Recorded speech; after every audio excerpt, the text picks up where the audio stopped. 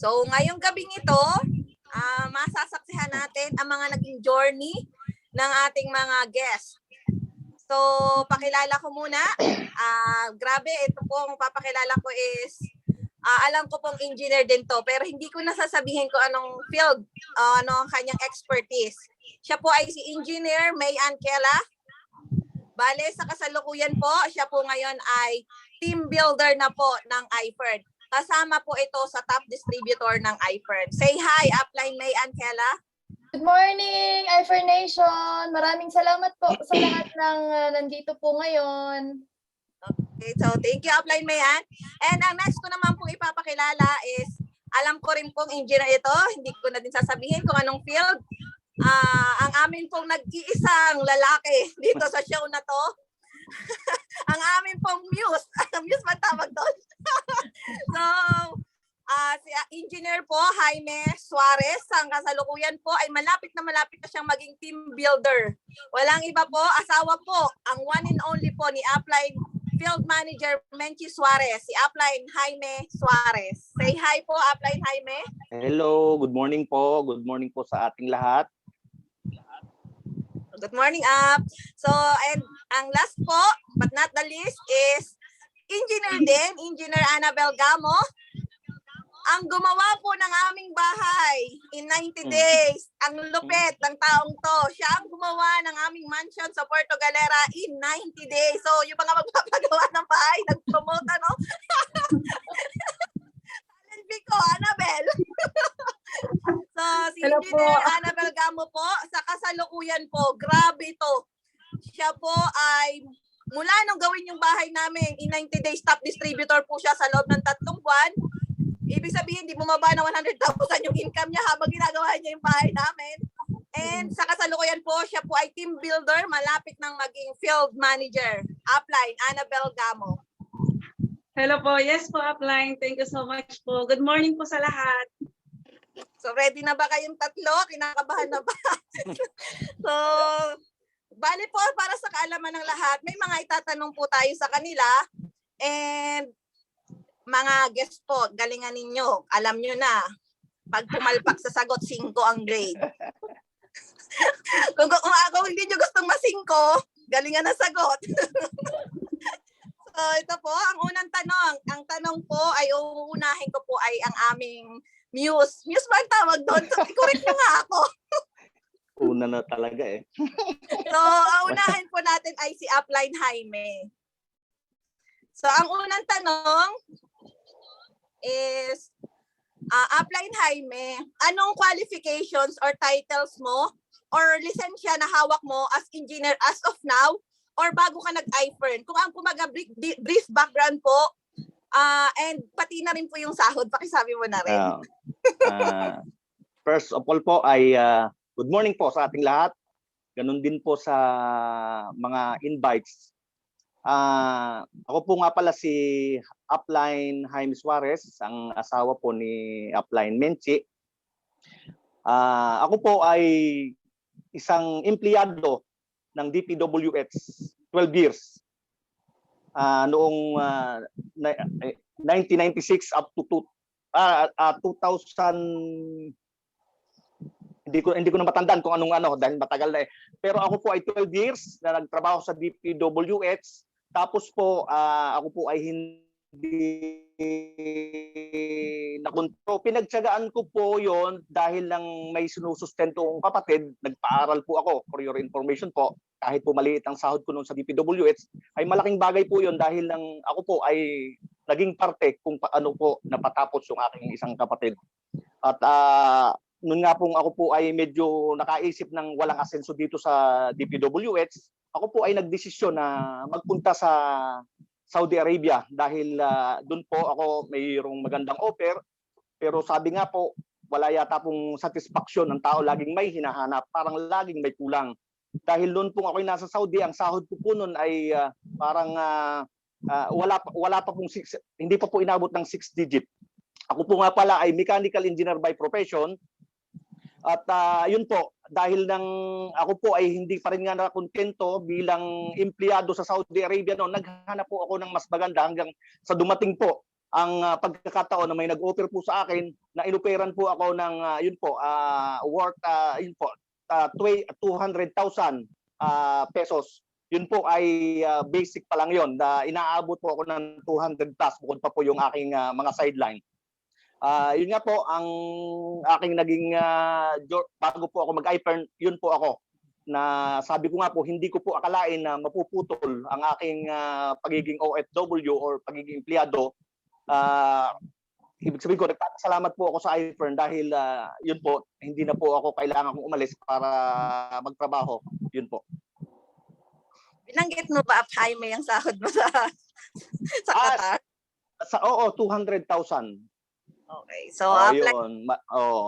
Kaya favorite kita, Upline Jaime. Hindi kita malilimutan kasi nung tinotok ko si Upline Menchi, nasa video call kayong dalawa kasi nagpapaalam siya na magjo-join siya sa IFERN. Narinig ko yung sinabi mo, wag na wag kang magpapaloko sa mga yan.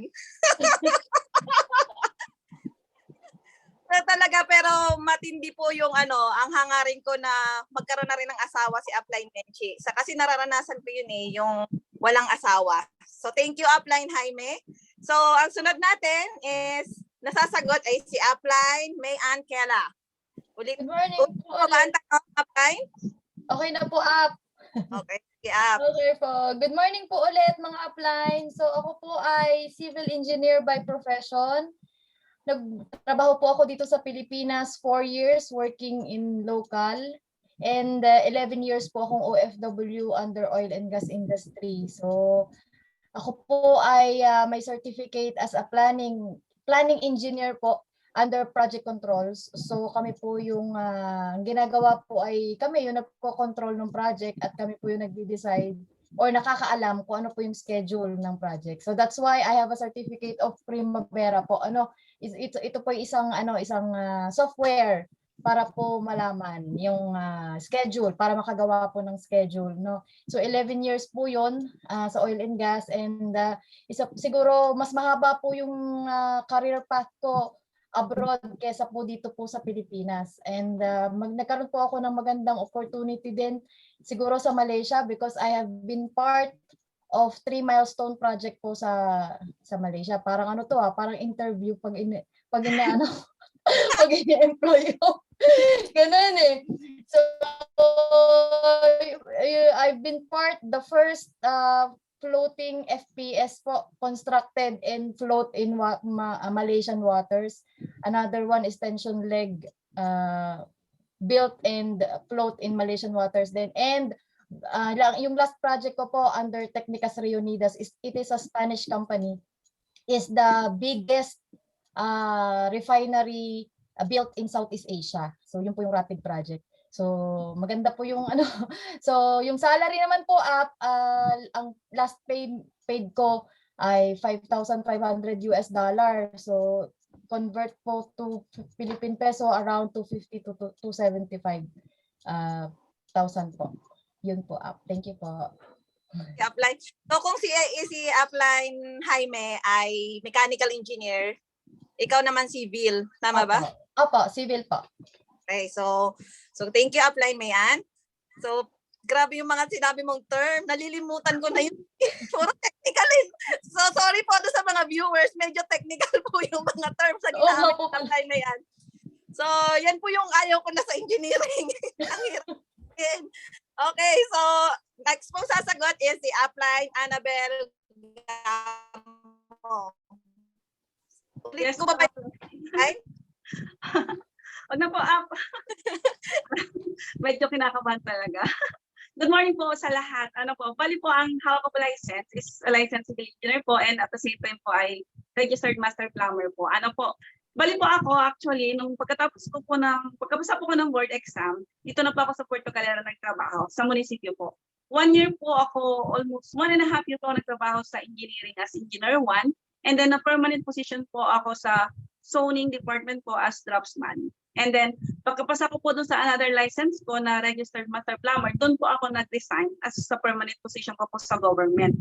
At pagkatapos po noon, naging asawa ko po si Engineer Derrickson Gamo na isa po siyang contractor po dito sa Puerto Galera. And then mag-asawa po kami dalawa, nagtatag po kami ng sarili pong construction business po. Ano po, yung agent po, agent construction and design, kung saan ako po yung proprietor niya. And then, yun po, sa larangan po ng pagiging contractor, doon po kami nagtagumpay sa negosyo yun. Ano po, bali po 8 years po as contractor na po ako dito sa Puerto Galera. And then, in terms po ng salary po, not to mention na po, siguro po, kaya po namin pantayan yung mga kinikita po ng mga nasa abroad po. Ano po, yun lamang po. Thank you so much. Ako si upline. So, civil engineer ka and plumber. Tama? Yes po. Okay. So, okay. Doon sa kaway-kaway sa mga kabaro namin, yung mga engineer na present ngayong gabing ito. So, sa mga invites po na engineer dyan and sa mga hindi po engineer, kaway-kaway po sa inyong lahat. So, ikalawa, paano mo nalaman ng iFern at paano ka napasali dito? Konting storya lang kasi baka abutin tayo ng madaling araw. Ano? Kasi alam kong hindi kayo agad sumali. Talagang mga Negatron, okay? Ang unang sasagot, upline Jaime. Yun po, nalaman ko po yung iFern ng aksidente ng nag-video call ako sa aking asawa. Birthday niya noon, nagtataka ako, wala siyang handa pero may bisita. Sa katauhan ni Ap Ian at ang aking hipag na Ap Semi, Ilagan at saka ng kanyang dianan na Ap Edna, sabi ko, bakit mami may tao dyan, wala ka namang handa. Sabi niya, hindi, may dala daw itong may dalang business. Sabi ko sa kanila, alam ko na yan, mami, huwag ka nang sasali kasi ayaw ko. Yun, dahil sa katigasan nga ng ulo ng asawa ko, yun, nagbunga naman ng maganda. Sa aking asawa, nagmula ang lahat at kina Ap Ian, at kina Ap Edna at kay Ap Semi Ilagan. Yun lang po. Thank you, upline Jaime. Kaya pala bantay ka na nung ikalawang video call nung ako na ang kasama. Kaya pala ganun ka makatanggi. Okay, sunod po si upline May Ankela. Nag-join po ako actually dito sa iFern because of the Power Trio.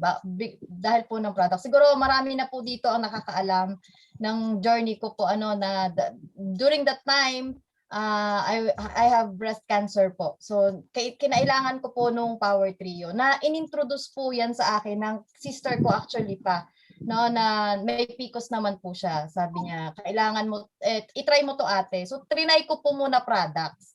And then, but back then, parang sa school ng mga anak po namin, nila Upline Pamela, at saka ni Upline Jill, naririnig ko na po na si Upline Pam nag-iFern daw. Naikwento rin sa akin ni Upline Jill na nag-iFern daw. So, pero hindi ko po pinansin kasi nung time po na yan, pag may sakit ka kasi na lalo na po pag cancer, parang dollar sign ka sa maraming networking. So, hindi lang din po iFern ang nasalihan ko sa totoo lang dahil po ng produkto. Pero nakatikim din po ako ng mga juice na maasim na yan. Itago na natin sa pangalang Vita Plus. Pero hindi po yun. Sa totoo lang, wala po itong halong marketing ha. Bihira po mga engineers na mahilig magsinungaling. Kasi, di ba? Anyway, hindi po siya tumalab sa akin. And then I tried another one, yung pong mga damo, yung pong barley. Trinay ko din po yan. Itago na rin po natin sa pangalang I Am World. Member din po ako niyan because of the product. Pero hindi ko minarket kasi hindi rin po siya tumalab. And then I've tried another thing, yung pong mga Chinese na products, pero hindi rin po. Only the Power Trio. Kanina nga po nag-post ako yung video ko na nagra-rap. That was 3 weeks after po nag-take ng Power Trio.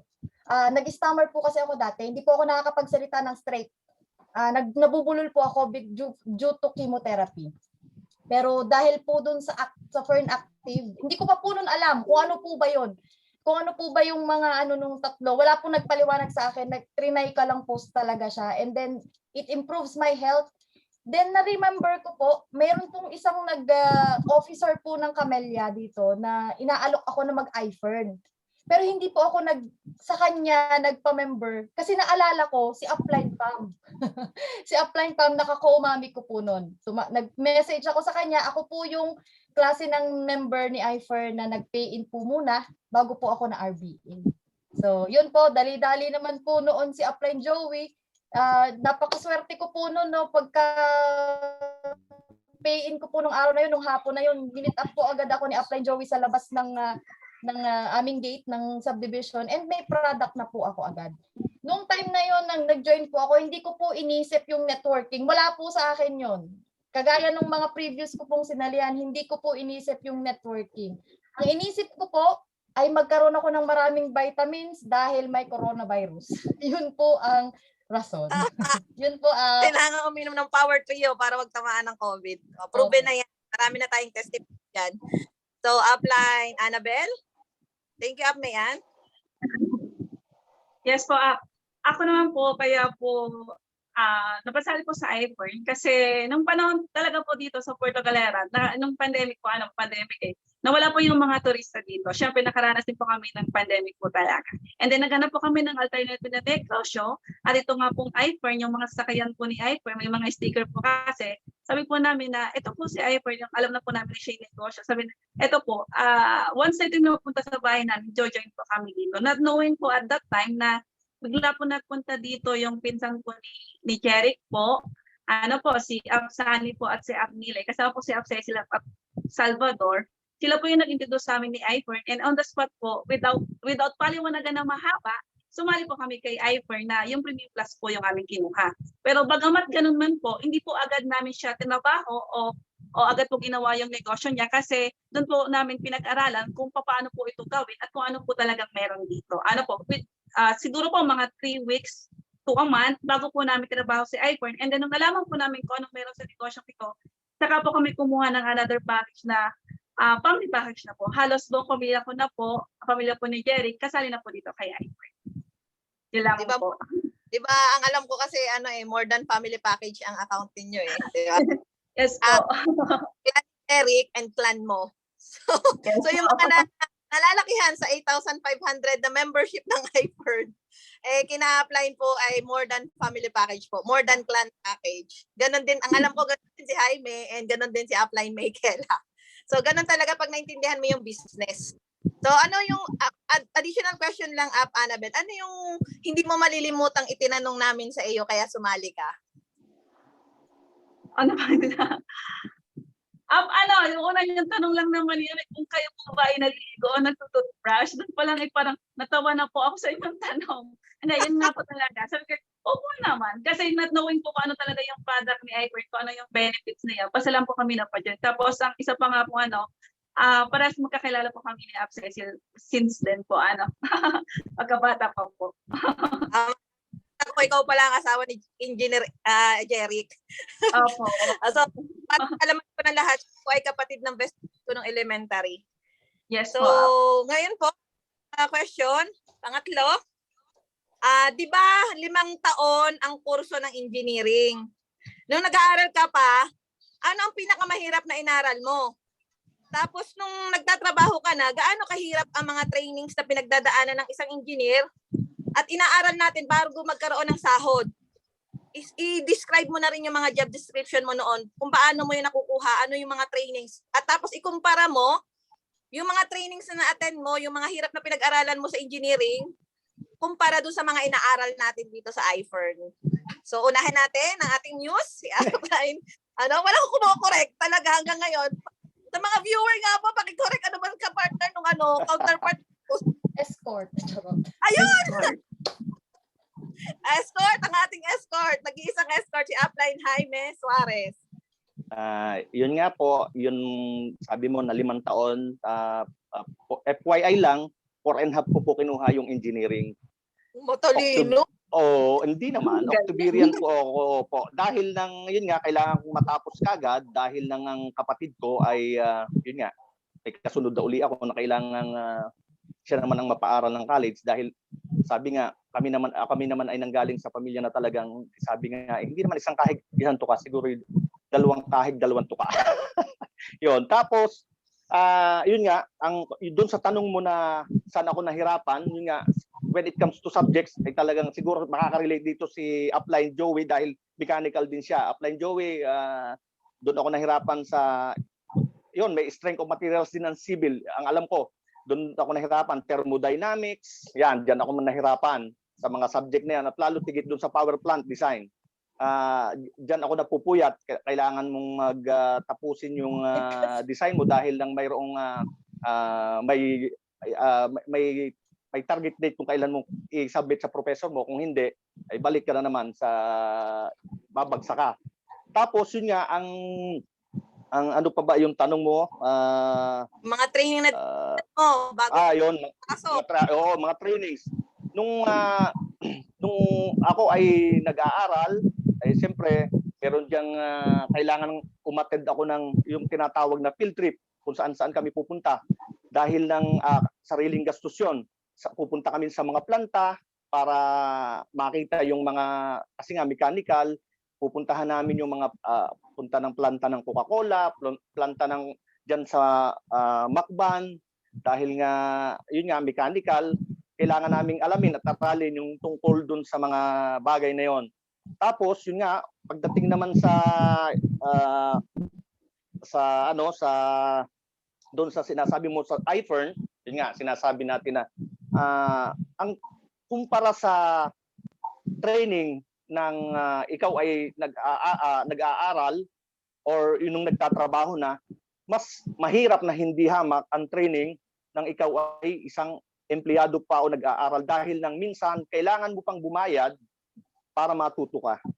Pero dito sa iFern, ang kagandahan ay pwede kang manood lang online or pwede kang makinig offline at ang isang maganda pa, isinusubo na ng iyong upline. Ang problema nga minsan lang sa ating downline, ayaw nating kainin kahit isinusubo na. Kaya yun lang ang masasabi ko, kailangan lang dito sa training na kailangan mo talagang kung naging successful ka bilang engineer dahil sa mga training, dahil sa mga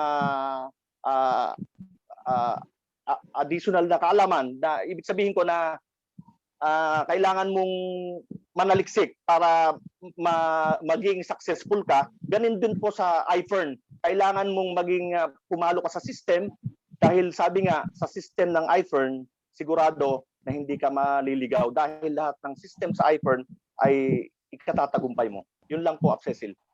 Thank you, upline. So, thermodynamics ka pala nahirapan at saka sa strength of materials. Pareho tayo. So, next po, upline Mayan.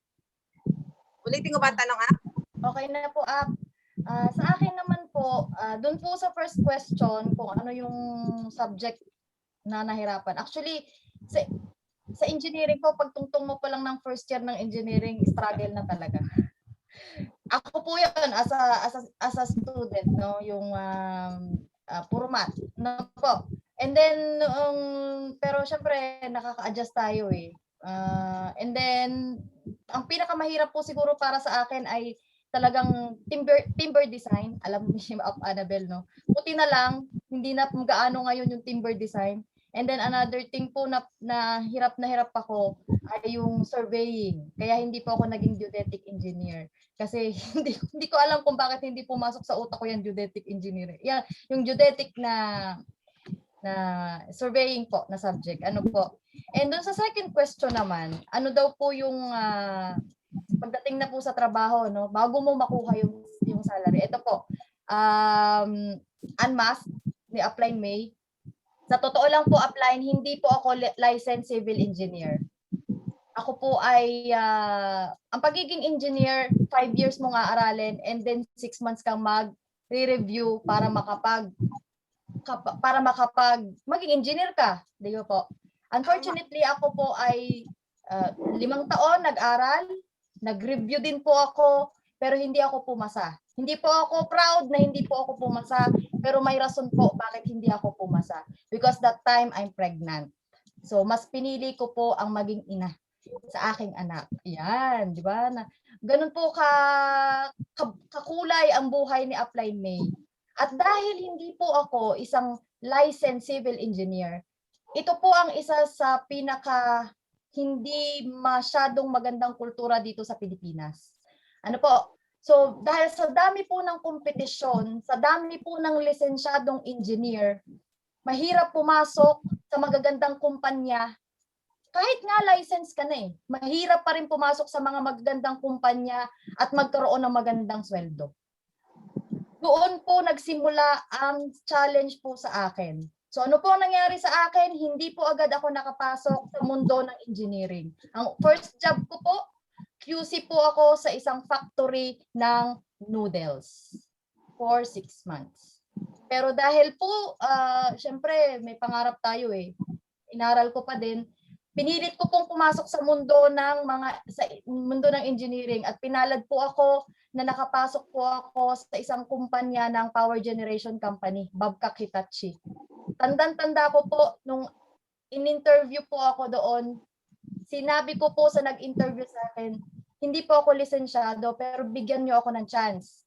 Yung sweldo ng totoong engineer, kalahati nun, ibigay mo sa akin, bigyan mo lang ako ng chance. So binigyan nga po ako ng pagkakataon ng HR manager. Pinasok po ako sa kumpanya, nagsimula po ako as subcontractor. Maniwala kayo sa hindi, ang sweldo po ng engineer that time, lisensyado 13,000. Ang sweldo po ni Upline May 6,500 pesos. Pero pinaglaban ko po yun kasi may anak na po ako noon. Pinaglaban ko yung profession ko noon, bago ko makuha yung 6,500. Pero doon ko po pinatunayan dahil nga po matindi yung challenge sa akin, matindi po ang kompetisyon, doon ko po inilabas yung talagang kailangan yung galing mo na talaga. So yun po, doon talaga na-push ako sa yung sarili ko. And then from there, doon po nakita, ako po kasi more on experience. So doon po nakita ng aking ng bosses kung ano po yung kakayanan ni Upline May. And then eventually, after a year, naging regular po ako agad and then na-meet ko po agad yung sweldo ng mga totoong engineer. And then ako po yung pinadala to train going to Japan ng Babcock Hitachi kasi meron po kaming bagong project noon. And then nung pong ako ay binalik dito sa Pilipinas, hindi ko alam kung andito po yung colleague ko dati na taga Babcock. Pagka-uwi ko po dito sa Pilipinas, nakaband po ako sa Babcock Hitachi. Dahil pinatraining nila ako sa Japan, but nagbayad po ako ang ginawa ko po, yun na po yung oportunidad kong nakita para po mag-abroad. So hindi ko po natapos yung band, ako po'y lumayas. Ganun, kasi mas nakita ko po yung oportunidad sa ibang bansa. At doon ko po na-realize na nasa ibang bansa po ay mas matindi pa pala ang kompetisyon dahil ang kakompetensya muna po ay ang mga iba ng lahi. Sa ibang bansa, mag-training ka. For example, ako po, nagte-training po ako ng mga OJT na Malaysian po sila, Dating OJT namin, after next project, ka-level na namin, so susunod na project, manager na namin. So ganun po alam ko maraming OFW nakaka-relate niyan. Taas ang kamay ng mga nakaka-relate na OFW ganyan. Ganun po talaga ang kalakaran sa ibang bansa. Kakainin mo talaga yung pride mo, Ano ang pagkakaiba po nun dito sa iFern? Dito po sa iFern, dito ko po nakita, mag-training ka, magturo ka, magsama ka ng mga kasama mong mga members. Hindi dahil sa mauungusan ka, kundi tutulungan mo sila para tulungan ka nila at paramihin yung sarili mo. Sa pagiging empleyado, sa pagiging OFW ko po, hindi ko po naranasan paramihin ang sarili ko o yung law of leverage. Pero dito po sa iFern, unti-unti ko na pong nakikita na napaparami ko na yung sarili ko. And I don't care kung mas mataasan man nila ako, kung mas maging successful man po yung mga sinama ko po dito. Kasi yun po yung sobrang dito, sobrang yung fulfilling talaga. Yung pong nakikita mo po na bukod sa kumikita ka na, nakakatulong ka pa. Ayun po, Thank you po, napahaba. So, thank you, Upline. Tingnan mo, grabe ang haba-haba ng sinabi mo, Sa madaling salita lang, nagkakahirap-hirap po talaga bago ka maging isang inhinyero. Samantalang, kung ikukumpara mo dito sa iFern, ang qualification lang, grabe ang qualification lang dito pag may pangarap ka sa buhay. Kung may pangarap ka, kaya wala kang diploma, kahit hindi ka engineer, kahit nga ikaw wala kang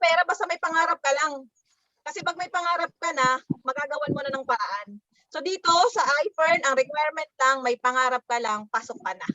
Wala nang kailangang araling 5 years. So, Yes. next upline, Annabel? Yes, bali po sa akin, nung nag-aaral po ako, pinakamahirap po ay integral calculus. Kasi yun po yung kauna-unahang subject na talagang, as in, nataon po ako kasi yun yung kauna-unahang subject na naging stress po yung aking marka. Grabe, sa kasamaan loob ay nakagawa po ng tula dahil sa calculus na yon. Ano po, talagang down na down, kauna-unahang stress po. And then another po ng subject siya na hindi ko makalimutan is sa fluid mechanics. Kauna-unahang 5 ko din po, pero sa pagkakaroon ko po ng 5, talagang, ito pagkakaroon ko po ng 5 sa fluid mech, doon ko po siya inaral, and then biruin niyo po, hindi naman po sa pagyayabang, nung nag-board exam na po, yung fluid mech and yung soil, biruin niyo po, nasa 2 to 3 mistakes lang po yung board exam ko nun, sa subject na yun. Kasi 3 po ang subject sa pagiging civil engineer po ay license. Yung design po, yung fluid mech, and then yung math po. Yun. Kaya sabi ko, okay lang po palang bumagsak kasi sa pagbagsak, doon po tayo lagi natututo eh. And then, ang working naman po, actually, hindi naman po ganun kahirap po yung pinagdanasan ko sa pag-award. Kasi dito nga po ako nag-umpisa sa Puerto. Hindi pa ako pinayagan na lumayo po ng pamilya ko. Kasi more on ang aking po mga barkada nasa ibang bansa po, and then yung mga kapatid ko nasa ibang bansa din po. Dito lang po ako sa munisipyo nag-start, and then more on program reports, and then drawing po ng mga plano.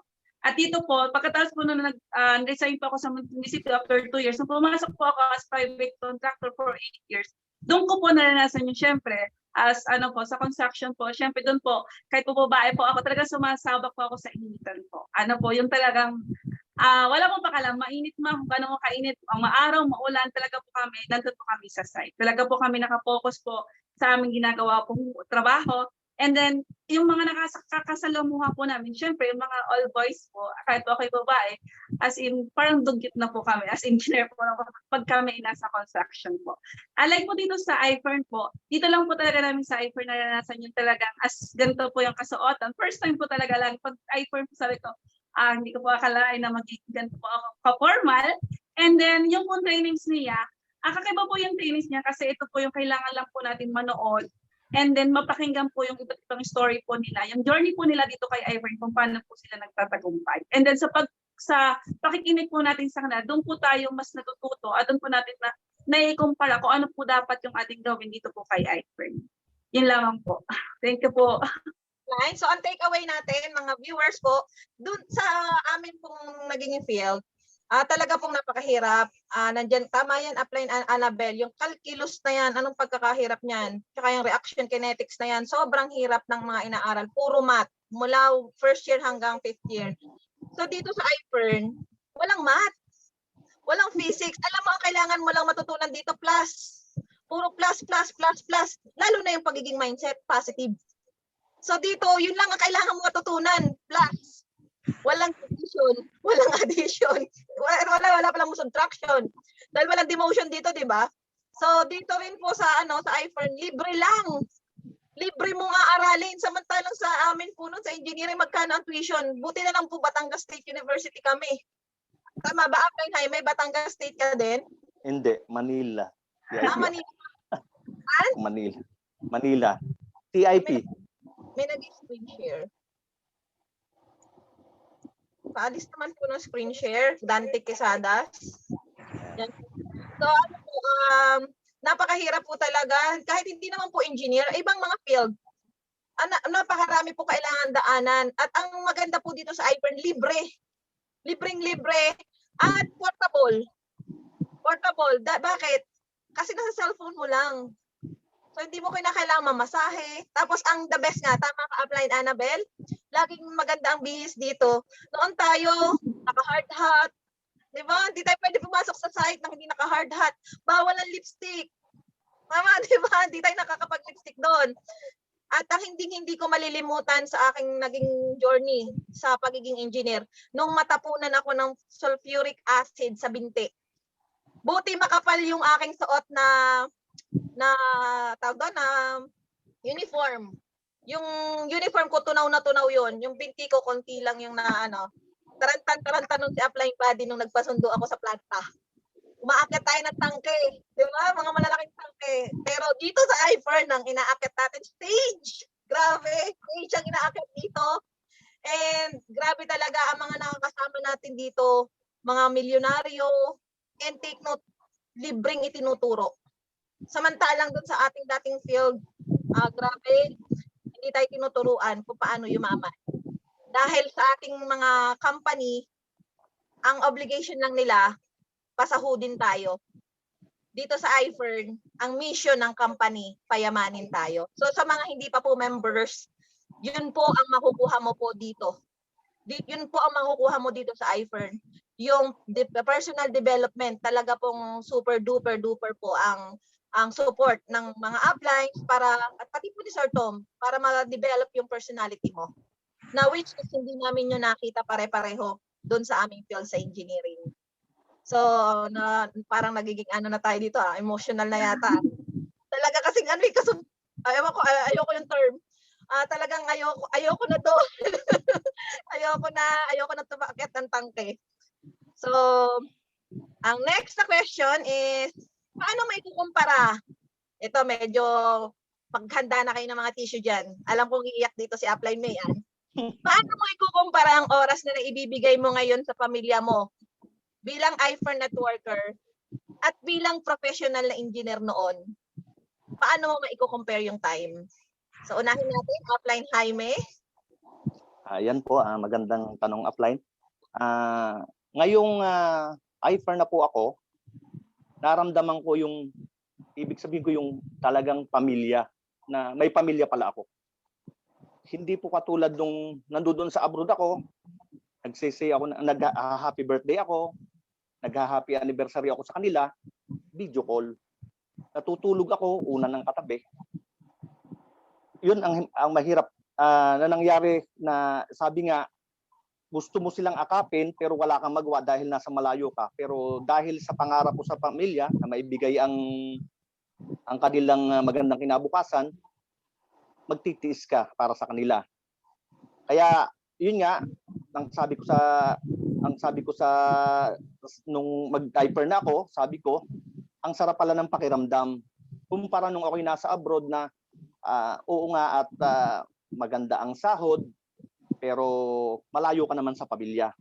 Pero nung nandito na po sa iFern, pwede kang gumising ng tanghali, walang sisita na boss. Pwede kang ibig sabihin na mamasyal, kasama ang pamilya, wala kang sasayangin na oras na hindi mo kasama ang pamilya. Ibig sabihin ko, mas masarap na kung kasama ang pamilya kumpara nung ako ay naroon sa ibang bansa talaga. Na ngayon ay sinusulit ko dahil nga iFern na ako, napakasarap gawin ng business na to na magkakasama. Katulad nga yung anak ko na pagka yan may module, nabibigyan ko ng time, which is ilang taon akong malayo sa kanila. 12 taon na hindi ko man lang sila nagabayan sa pag-aaral. Nakagraduate ang anak ko ng kinder na panganay, wala ako. Nakagraduate ng grade 6, wala ako. At buti na lang ngayong magpo-fourth year siya ay andito na ako. Kaya napakasarap trabahuhin ni iFern dahil lang sulit na sulit kasama mo pa ang pamilya. Yun lang po, upline. Medyo ninenervyos ako at ewan ko parang Thank you, Upline. Alam mo, talagang halos umiyak ako nung nag-post po si Upline Jaime na kumakanta sila ni Menchi sa loob ng kwarto. Yung kinakanta nila yung At My Worst. Kantahin mo nga, Upline Jaime. Sample. Hindi. Ano yun, may kode ko ako noon. So yun, alam mo bakit umiiyak ako noon? Kasi para talagang na-feel ko na yung pinangako ko kay Menchi na pauuwiin natin ang asawa mo, habang pinapanood ko kayo na magkasamang kumakanta, nangyari na siya. So yun yung ating ditong misyon. Hindi tayo pera-pera. Ang ating misyon dito, mag-touch ng buhay ng tao. Yung pangarap nila matupad sa pamamagitan mo, maging channel ka ng pagbabago ng buhay ng tao. So si Upline Jaime po ngayon, para po sa kalaman ng lahat, ay OFW no more. So umuwi na po, hindi na po siya nag-abroad. Actually po ay mag-asawa na nilang ginagawa ang iFern business. And aminin, Upline Jaime, tumatalab ang Fern Active ngayon. Diba? Oo naman. Kaya nga, O di ba mapapakasya? oo naman. Kailangan yun, kailangan. Tama. Araw-araw kailangan ng Fern Active. Ilang Fern Active ba, Upline Jaime? Isa kaya pa naman eh. At Upline May Ankela. Thank you, Jaime. Bigla ako naiiyak na ano kay Jaime, ano po. Nakaka-inspire. Kung maikumpara ko po yung syempre this time ngayon nga po quality and quantity time para sa akin, sa aking mga anak. Syempre 11 years po akong OFW. Yung panganay ko pong anak, iniwanan ko po yun 5 years old siya. And umuwi po ako, magdidibo na siya, no? Magdidibo na. 6 years so magdidibo na po siya. So hindi ko alam kung ano yung favorite color ng anak ko. Yun yung isa sa pinakamasakit na parte ng isang OFW, ano po. Dumating sa time na nabully yung anak ko sa school, pero hindi ko kayang ipagtanggol kasi nasa abroad ako. Nasa ibang bansa po ako. And actually yung bunso ko pong anak, si Ethan, kaklase ng anak ni Apam, lagi niya sinasabi ayaw niya daw pong maging engineer. Kasi ayaw niya daw pong maging kagaya ng daddy niya. Kasi lagi pong wala yung daddy niya. At ako din po, wala. Lagi niya pong sinasabi yung anak ko po ang nag-aaral sa daddy niya na paglaki daw niya, gusto niya maging businessman. Kasi lagi lang pong katabi daw yung mga anak niya. Yung panganay ko hindi rin po nag-engineer. Kasi nga po, wala daw pong oras ang isang engineer para sa mga anak niya. Buti na lang po yung mga anak ko lumaking maayos naman po yung panganay ko at hindi po siya nagrebelde, ano. So very thankful po talaga ako na dumating po si iFern. Kasi kay iFern ko po naiipagpatuloy na merong karir.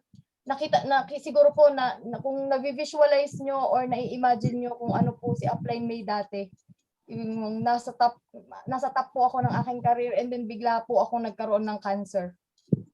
Malaki pong anxiety and depression ang pinagdaanan ko. At nung bumangon po ako, nandyan yung buti na lang talaga, andyan po yung iFern.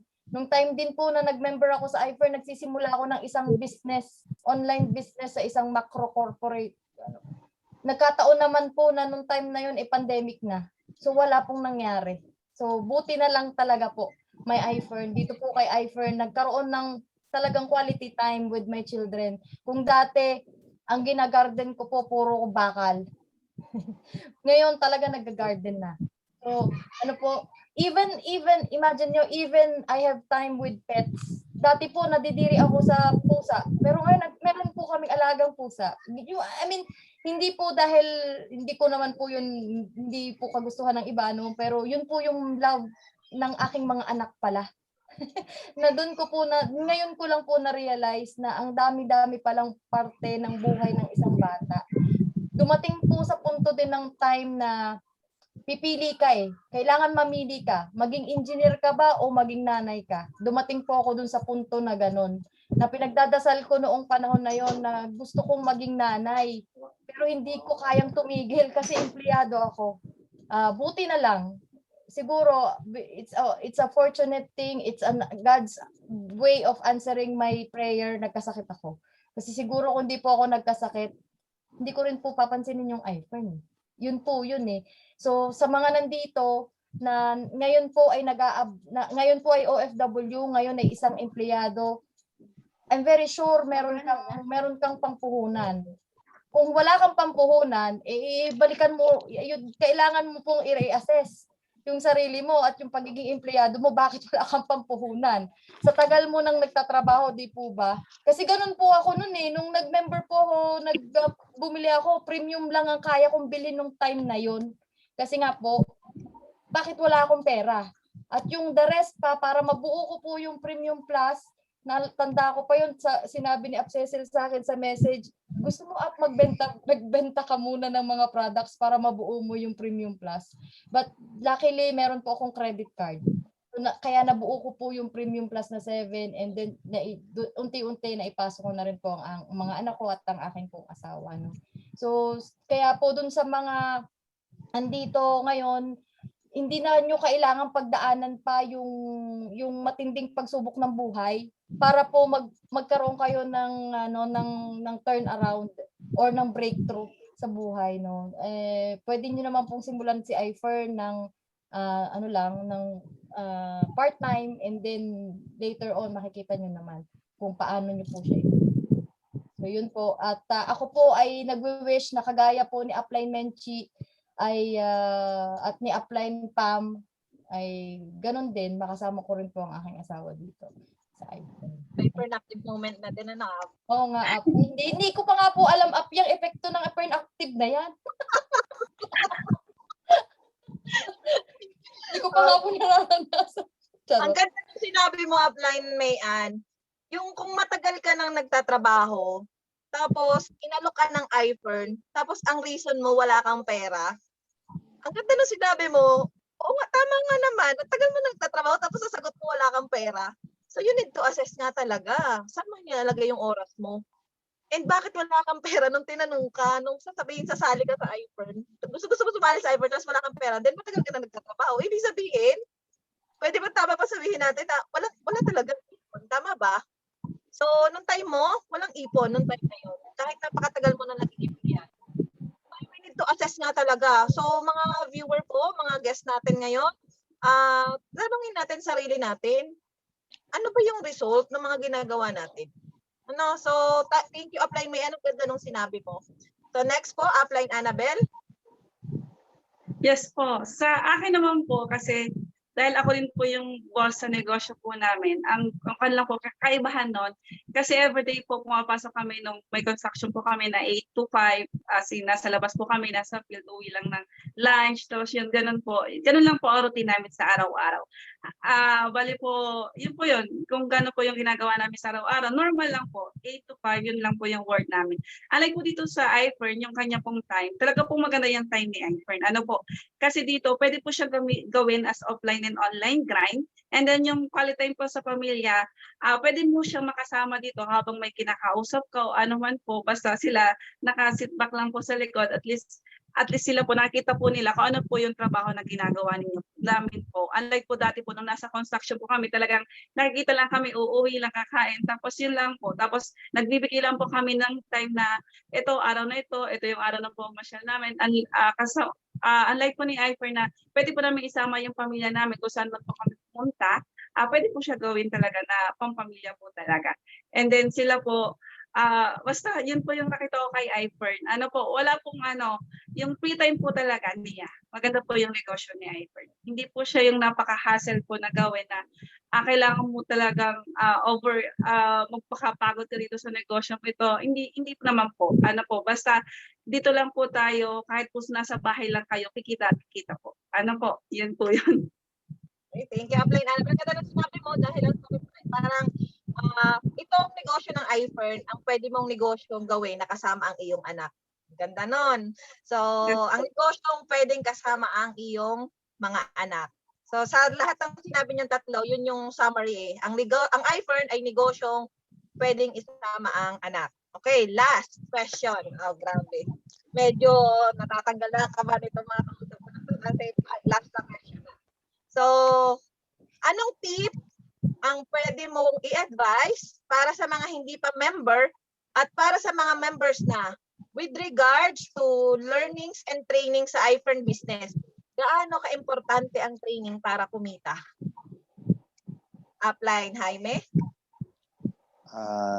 Yun nga po, ang tip ko po or advice sa mga hindi pa members ay huwag nyo na pong palagpasin ang pagkakataong ito upang subukan pumasok sa mundo ng iFern. Dahil sabi nga po, ang iFern po ay hindi nyo gagawing mag-isa. Nandyan po si Upline para i-guide kayo. yung pong mga trainings ay ibinibigay po naman sa inyo. Lagi inia-update po kayo ng inyong mga upline. At yun nga po, para naman po sa mga members, since naririto na po tayo sa iFern, dapat pong itodo na. Sabi nga po, ay yung iba nga po, naghahanap pa or ng magiging pang-invest sa iFern. Since tayo ay naririto na, itodo na para sulit po yung ating binitawan. At ang isa pa, sabi nga, sundin lang ang sistema ng iFern, ay siguradong magtatagumpay ka. Yun nga, through training, umattend ka, huwag kang mananawa at huwag mong sasabihin, alam ko na yan kahit paulit-ulit. Ako nga, ilang beses na rin na naging ganitong speaker, kita mo, ninenervyos pa rin at mas matindi pa ang nervyos kong naranasan ngayon. Nalilimutan ko ang mga dapat kong sabihin. Dahil kulang pa ako sa training. Kailangan dagdagan ko pa kailangan maging, yun nga, yung positive mindset, kailangan bilang member para maibahagi mo sa magiging ibig sabihin magiging downline mo. Yun lang at Cecil at sana nga sa mga member itodo na at wag nang yung pagpapabukas nila gawin na ngayon kung pwede namang gawin na. Dahil lang sabi nga speed is the name of the game. Sabi nga ng ating mga upline. Yun lang po upline. Thank you, upline Jaime. Mm. Next po is si upline Mayan. Ang sa akin po ay alam to nung mga ng mga kasama ko sa team, no. Mahilig po kasi ako magkwento.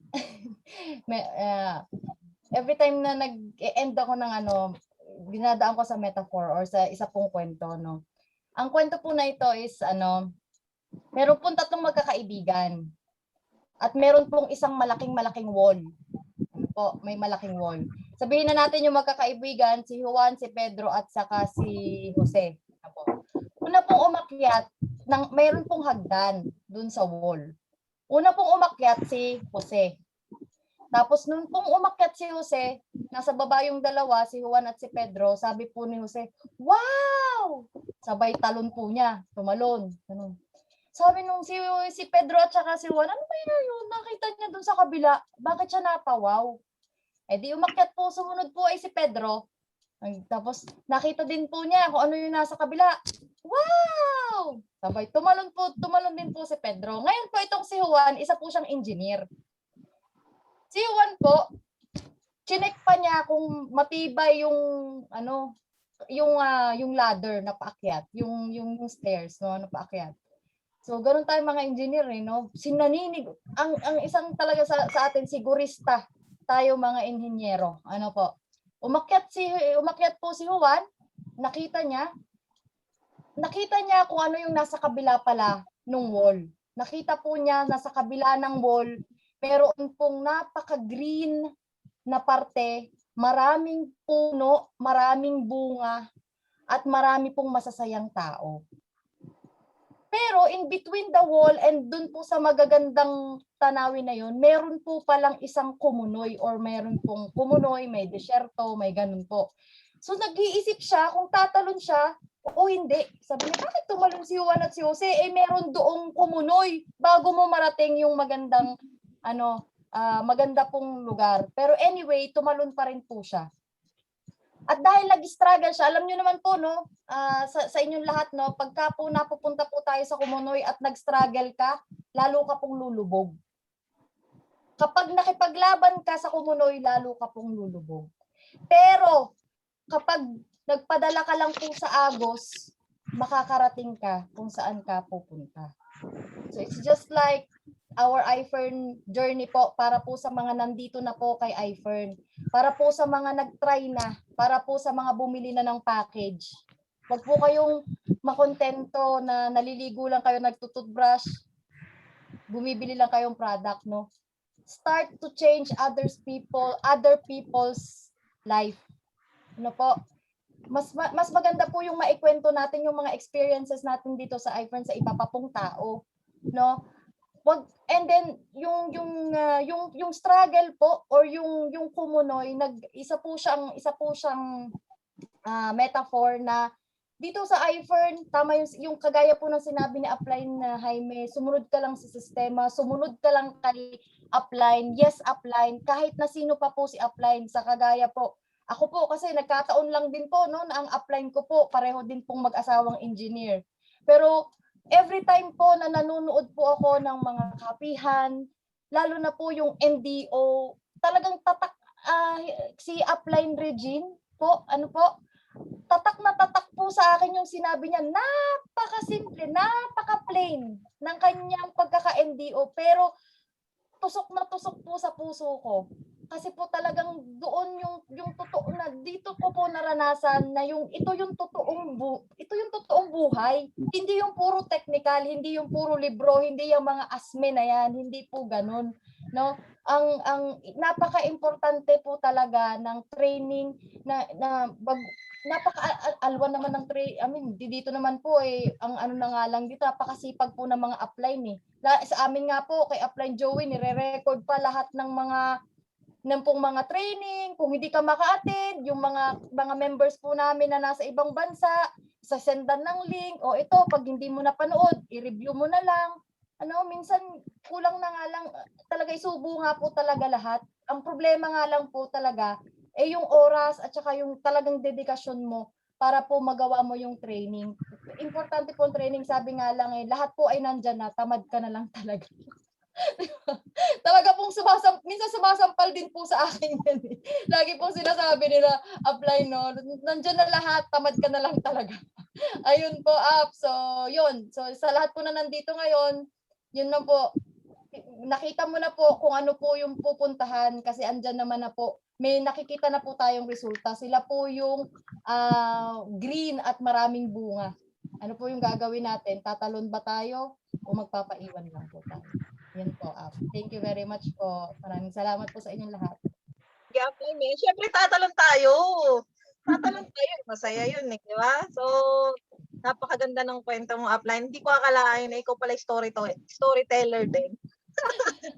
Talent ka pala. So, next is Upline Annabel.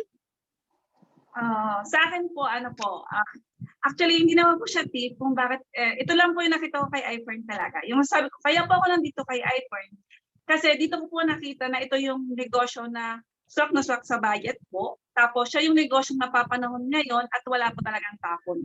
Unang-una po kasi yung product po niya ay talagang doon pa lang po, panalang-panalo na po para sa mga health benefits po niya. Ano po, yung sinasabing magpapalit lang naman po tayo ng brand, doon na lang po tayo sa brand na makikita.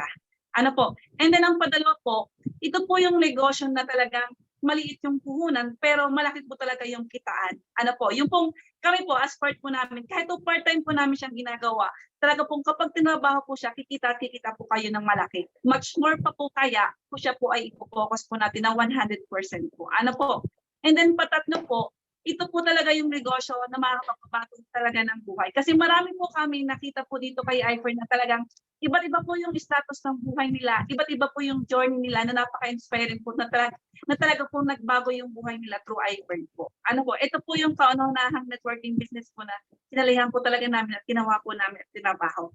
And then lastly po, syempre, ako po, bago po makamit yung tagumpay sa negosyong ito, importante po talaga yung learning sa trainings. Ano po, mahalaga po yung kasi gaya po ng sabi ko, sa panonood po natin paulit-ulit po sa pag-attend po ng mga Zoom meetings, yung trainings po, yung NDO, yung RBA, doon po kasi natin nakikita at napapakinggan po ano-ano po yung mga discard yung ginawa nila para po magtagumpay sa negosyo.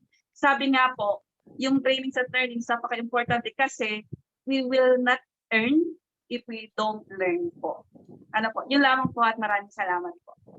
So much, Upline Annabel. So, maganda yung sinabi mo, you cannot earn if you do not learn. So, madaling salita, learn before you earn. We will not earn if we don't Tama. Tama po yun. So, sa mga hindi pa member dyan, tama po yung sinabi ng mga guests. Magpapalit ka lang naman ng brand. Naliligo ka naman, di ba? Gumagamit kang sabon. Nagtututbrush ka. Gumagamit kang toothpaste. And ngayon may COVID. Kinakailangan talaga mag-vitamins. So, siguro naman, nag-lotion ka, nagkakape ka, nagpapaganda ka. So, lahat ng products na yun nasa iFern, papalitan mo lang yung brand na ginagamit mo. Kasi alam mo kung bakit? Doon sa brand na ginagamit mo ngayon, kahit 10 beses kang maligo, kahit 10 beses mong ikuskus yung sabon sa katawan mo, wala kang income kung hindi iPhone brand ang gagamitin mo. So ito, technically po, magpapalit ka lang talaga ng brand, may negosyo ka ng uumpisahan. And para po sa kaalaman ng lahat, nagkataon lang po ngayon na po engineer kami. Pero marami po mga members ng iFern na hindi po nakapag-aral, hindi po engineer, mga ibang profession, may mga doktor nga po may attorney, may mga politiko. So may artista din. So iba't ibang tama yung sabi ni Upline Annabel, iba't ibang walks of life, pero dito po hindi titingnan kung saan ka nanggaling. Ang titingnan lang dito kung gusto mo bang matupad ang pangarap mo para sa pamilya mo. Yun lang ang qualifications. So, magandang umaga sa inyong lahat. Thank you po. Thank you, Upline Jaime. Thank you, Upline Bel. Thank you, Upline May Angela sa makabuluhang kapihan session. Sa susunod pa po, magiging guest ulit namin kayo. Maraming salamat sa pagpapaunlak sa inyong oras. And sa lahat po ng viewers, maraming salamat. And salamat po sa aming lahat ng uplines po namin. Maraming salamat po kasi wala po kaming lahat dito kung wala pong naging guide ang aming mga uplines. Dito po, para doon sa mga baguhan, ang upline po, sila po ang mag-guide sa inyo kung paano mo mapapagtagumpayan ang negosyong ito. So that would be all. Maraming salamat sa ating Panginoon. Thank you po. Thank you po. Pa-picture naman dyan.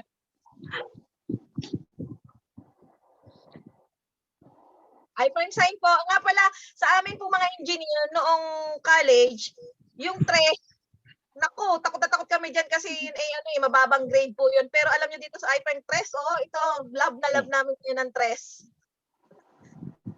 iPhone sign po. Mayan, ikaw na lang mag-picture. Po.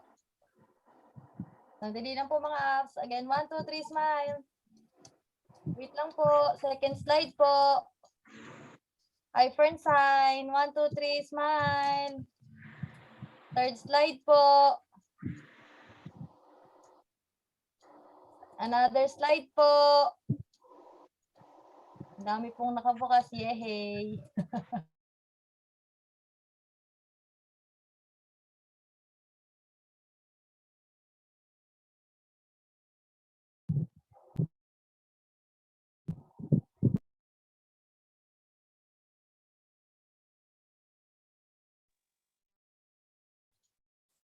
Nakamute ka po, Up.